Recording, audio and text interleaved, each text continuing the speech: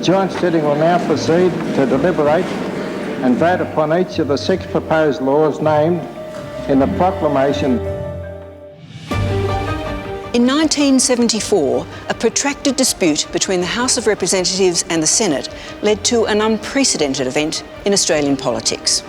The Honourable Prime Minister, Mr. E.G. Whitlam. It is the first time that the members of both houses have sat together as a single legislative body. He recognised the constitutional creativity in Section 57, the means of resolving a dispute or a disagreement between the houses, and took that risk. I mean, it felt momentous. It was epic. It was one of the most momentous days that I've ever covered. Oh, memorable. It was the first ever and the only one. And of course it passed some special legislation. Frustrated by the Senate's repeated refusal to pass 6 key pieces of legislation, Prime Minister Gough Whitlam took the people back to the polls in a double dissolution election. His aim was twofold. First, to get a new mandate for change, and second, to set up the grounds for a joint sitting of the 2 Houses of Parliament, in which the government could use its numbers in the Senate to break the deadlock. On the 18th of May, I shall ask you to spend 5 minutes in the voting booth.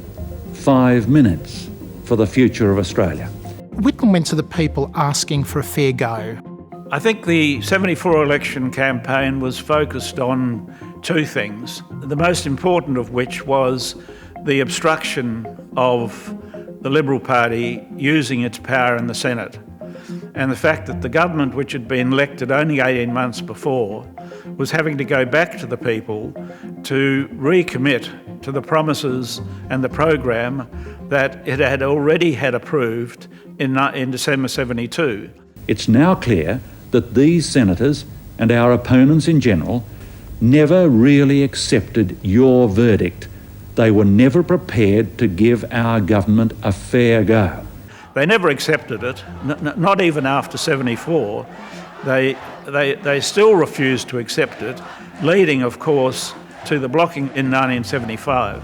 Inflation is Labor's greatest failure. It's the highest rate for 20 years and going up.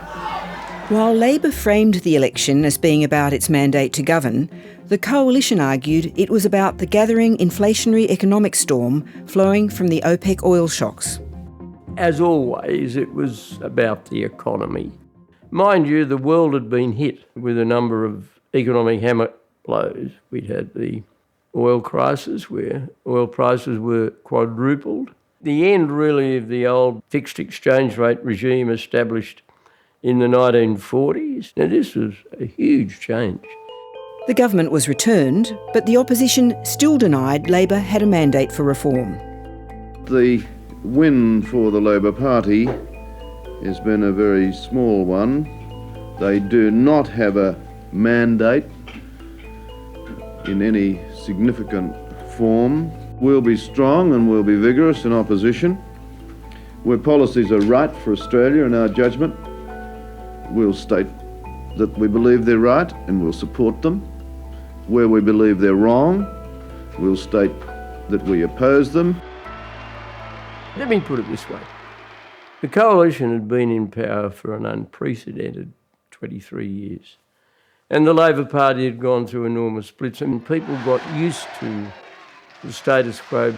After the election, the government still didn't have the numbers to get its legislation passed. So we had this whole period of negotiation and argument, legal challenges to work out the method of ensuring that the government was able to deliver its mandate in the face of the most severe and the most vicious opposition, whether it was from the Coalition, from the Liberals and the Nationals, or from vested interest groups like the health lobby. The 6 bills that were the trigger bills are put again to the newly convened Parliament. But once again, they were passed by the House, rejected by the Senate. So they've now been voted on 3 different occasions by the House and the Senate, and only at that point, with that final 3rd rejection by the Senate, are those bills then to form the same bills that are to be voted on by the joint sitting? Before the joint sitting happened, we had to pass motions both in the House and the Senate in order to set it up. So that was all a bit dramatic as well. The joint sitting would force a showdown to pass the government's outstanding legislation. The joint sitting would essentially consider three issues. First, electoral reform, to change a system which until then gave more power to the bush than the cities. Second, the establishment of Medibank, the precursor of Medicare. And finally, new federal powers over the resources sector. It is fitting that the first bill to come before this first joint sitting of the Australian Parliament should be designed to strengthen the quality of popular democracy in Australia. It is to enshrine the principle of one vote, one value. It was a system of malapportionment whereby a vote in a rural electorate, for the most part, counted for more than in a city one. It wasn't quite as simple as that. In Queensland, for instance, the Labor Party, with 48% of the votes, more than any of the combined totals of all the other parties, holds only 33 seats. Yet the combined parties with 42% of the votes hold 47 seats. Perhaps unsurprisingly, the major beneficiaries of the prevailing electoral system, the Country Party, now the Nationals, bitterly opposed the change. What the government is doing is playing political trickery. They're desperately trying to secure themselves in office by manipulating the electoral laws of this country. It was a distortion of the power of those in the bush and the power of those in the cities. And because most of the Labor Party seats were in the cities, we were saddled with fewer seats with larger numbers of constituents, whereas the Country Party or the National Party had more seats with fewer people in them. John Dawkins, who would go on to serve as Trade and Education Minister in the Hawke government and as Paul Keating's Treasurer, was a 27-year-old freshly elected MP, only a few months into the job at the joint sitting. And there was another newly minted MP there too. It was my first experience of a sitting of Parliament. I hadn't even made my maiden speech. The joint sitting also paved the way for people who lived in the Northern Territory and the ACT to have their own senators. But the coalition saw the move as one diminishing the power of the Senate rather than one of representation for Territorians. The privilege of electing representatives to the Senate has been exercised by voters in the 6 states since Federation. It should be a privilege open to all Australian voters, whether they live in states or territories. This bill seeks to break down the authority of the Senate, to weaken the power of the Senate, and to deny to the states that voice which the Federal Compact sought to give to them. The bill is the signal step in the obliteration of the Senate as a second chamber in which there's an opportunity for the state's voice to influence and to determine national policy. In order that democracy may have a chance to survive in this country, I firmly believe in the abolition of the Senate. And I hope that one day the abuse of power by the opposition senators will persuade voters that the Senate is dispensable.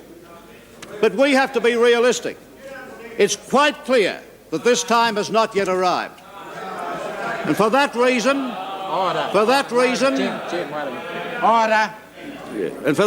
Mr. Chairman, we have to face the fact that the Senate, unfortunately, will be here for some time. And we say then, if we have to have it, let's try to make it a House which is a little bit more representative of the Australian people. Doesn't it come down to this?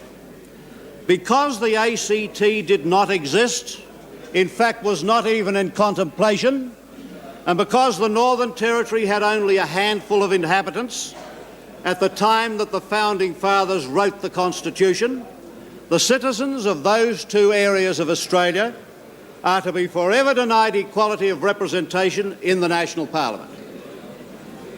Ladies and gentlemen, what foundation in logic is there for a proposition like that? We also passed some legislation there confirming that you would have 2 senators from each of the territories. I'm not sure that I particularly agreed with that, because I never thought that the ACT should have self-government. I thought you should have a Lord Mayor of Canberra, like a Lord Mayor of Washington. And I think government is beyond the Northern Territory. I've felt that for a long time, and I think recent events have demonstrated that. Anyway, that's beside the point. There was something else unprecedented about the joint sitting. It was televised. These unique televised proceedings give us our only opportunity to see in action MPs of the time who had legendary reputations for their wit and command of the Parliament. Among them was Labor's Leader of the House, Fred Daly, who was not averse to questioning just where his opponents were collecting their votes. He spoke of raising the dead. Looking at a few Liberal Party, I reckon they've got some dead votes, and if there weren't some cemeteries in their electorates, a few of them wouldn't be here. I must confess further my intense admiration for the splendid manner in which they can be flexible upon matters of great principle. If heat and ersatz indignation could be substituted for intellectual preoccupation, he would have made a memorable contribution. Look, there's enough natural feathered galahs in the Northern Territory without you being an added one to it. Order. If members opposite on your left, Mr Chairman, will someday understand that they don't have a divine right to govern, but they have to earn it, they might return to this side, your side, this side, Mr Chairman, a lot more swiftly than they will at the moment. Because the speeches that have been given here today will not stand the analysis of any secondary school child in Australia. I was quite excited at the opportunity of observing together all of these people who I'd read about, people such as Gough Whitlam and the older Kim Beazley, Jim Killen, Jim Cairns. They were all, to me, legendary Australian political figures. I was reminded of this morning by my colleague about the Parliament of Russia. The Parliament of Russia were discussing the colour that the Russian clergy should wear while Lenin was taking over the country. Now, that in many ways, Mr. Chairman, is the point here, that it is anti-climax in its sense, simply because the great issues of today are the issues of inflation, about which the government does nothing, offers no leadership. Finally, it was not the Duma or Parliament of Russia which debated the colour of clergy robes during the revolution. It was the Synod of the Russian Orthodox Church.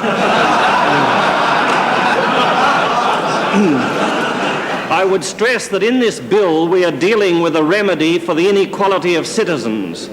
I would like to deal with the rationalisations which have been advanced. A scattered population, for some reason or other, needs extra representation. One might argue that the poor, being socially and economically powerless, need extra political representation. However, this bill does not provide for the weighting of poverty, property or anything else. The poor old taxpayer. That lugubrious speech that the Deputy Leader of the Country Party made, I thought at any minute he would burst into tears because of the taxpayer. Hammersley, out of $264 million, has paid $572,000 in taxation. This joint sitting is a last resort, a means provided by the Constitution to enable the popular will, the democratic process, ultimately to prevail over the tactics of blind obstruction. The flair that Gough Whitlam had, and I don't mind saying that of all the people I've seen in Parliament, he was the best overall parliamentarian I have ever seen in the flesh.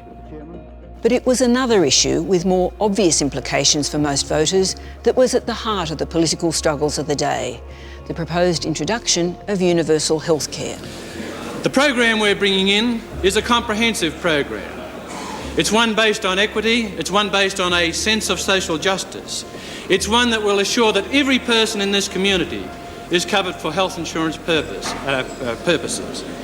And most certainly, it is based on freedom of choice. The Labor Party started campaigning for universal health insurance back in the 69 election. So 69, 72, we're up to 74. The legislation has been passed by the House of Representatives, but the opposition to it, particularly from the Liberal Party, was so intense that they refused to accept the government had a mandate. The more it's talked about, the more it's exposed for its essential badness. All we need to do is abandon this commitment to a socialist philosophy. The government should stop its senseless socialist stampede for a costly, unworkable scheme that will reduce healthcare standards, reduce the freedom of choice, put many of our hospitals at peril. You might have noticed that so far all the politicians in this story have been men. There were, however, 5 women in the Parliament in 1974, 4 in the Senate and just 1 in the House of Representatives. 3 of them spoke during the second day of the joint sitting. Honourable Member for Henty, Mrs Child. This legislation will make community health centres possible, which has not been possible in the 23 years that the opposition had the chance to provide a health service to cover Australian people. Supporting mothers can be covered under the new program. They couldn't under the old. The public interest is the interest of every individual in Australia. It's not a collective thing. We're not a collective mass. We are, each and every one of us, individuals with personal responsibilities to assert. Surely health care is a responsibility. Surely it's a personal responsibility to each and every one of us, for ourselves and our families, to accept that responsibility. I think the people of Queensland should be congratulated on having elected Senator Shield to the Senate. At least it removed him out of the medical care field, which was to their great advantage. And the willing tool in this patently dishonest campaign has been the opposition in this parliament. One would have thought some tinge of conscience would have awakened under those modish suits and those stylish haircuts, some feeling of responsibility for the ordinary people that they represented. Over 1 million people without any cover, people who in the main must be the sort of people for whom the community must take responsibility. Old age pensioners, single mothers, people on low incomes with large families. The Federal Coalition's opposition to Medibank and later to Medicare would last for another 22 years. Medicare has become a complete disaster. John Howard was pledging to abolish Medicare as opposition leader in 1987. I was one of those that said all sorts of critical things of Medibank, and I was part of it. But in the end, I came to the conclusion that we should stop fighting something the public wanted. The joint sitting also passed laws to give the federal government control over Australia's petroleum and offshore gas, a push from the legendary Rex Connor, who dreamt of making Australia rich from its resources, a dream which would ultimately see him pursue the folly of offshore loans in what became known as the Loans or Khemlani affair. This bill, sir, is to create a Petroleum and Minerals Authority, whose functions will be to explore for and to develop Australia's petroleum and mineral resources. A broader kind of object was this notion of buying back the farm. This was the idea that Australian resources should be owned by Australian interests, not foreign companies. Mr Paul Keating. Rex Connor's legislative ambitions at the joint sitting were supported by a 30-year-old MP. We want what is rightfully available to the people of this nation, to future generations of Australians. We want our rightful slice of the cake, and by God we'll get it. And the Deputy Leader of the Opposition comes in again, sounding more like a third-rate businessman addressing an Apex club than the Deputy Leader of a major party addressing the National Parliament of Australia. This bill, which has raised so Nikki Sava was a young reporter for The Australian in 1974, and her article on the joint sitting appeared on the front page of the National Daily. Nothing like it had ever happened before, nothing like it has ever happened since.